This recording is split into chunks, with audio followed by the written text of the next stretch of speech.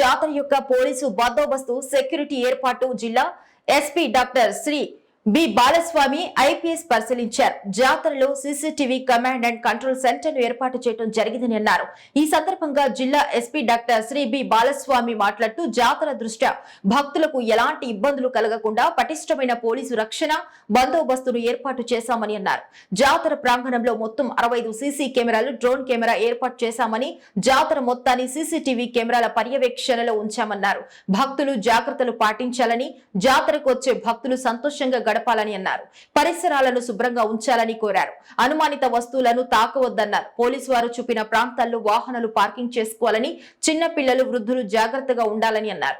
అత్యవసర సమయాల్లో police control room ద్వారా పోలీస్ సేవలను సద్వినియోగం చేసుకోవాలని తెలిపారు.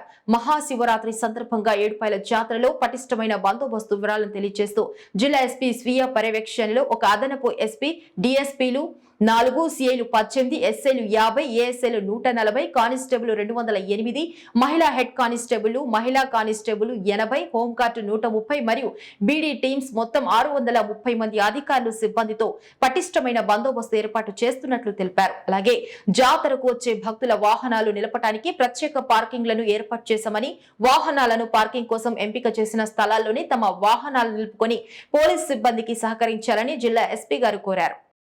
మీకు సహకరించడానికి ఏర్పాటు చేయడం జరిగింది. వాళ్ళు జనరల్గా మార్నింగ్ టైంలో మార్నింగ్ నుంచి ఈవినింగ్ వరకు, బట్ ఈ సంవత్సరం కూడా మనం తీసుకోవాల్సిన కొన్ని జాగ్రత్తలు జస్ట్ సూచాయిగా కొన్ని చెప్తాను. మన మెయిన్ మందం అంటే టెంపుల్ ఏరియా, ఆ టెంపుల్ ఏరియా వాళ్ళు వచ్చిన భక్తులకు అసౌకర్యం కన్నా శీఘ్రంగా చేసుకొని వెళ్ళినట్టు చూడడం, శీఘ్రంగా చేసుకొని వెళ్ళినట్టు చూడడం.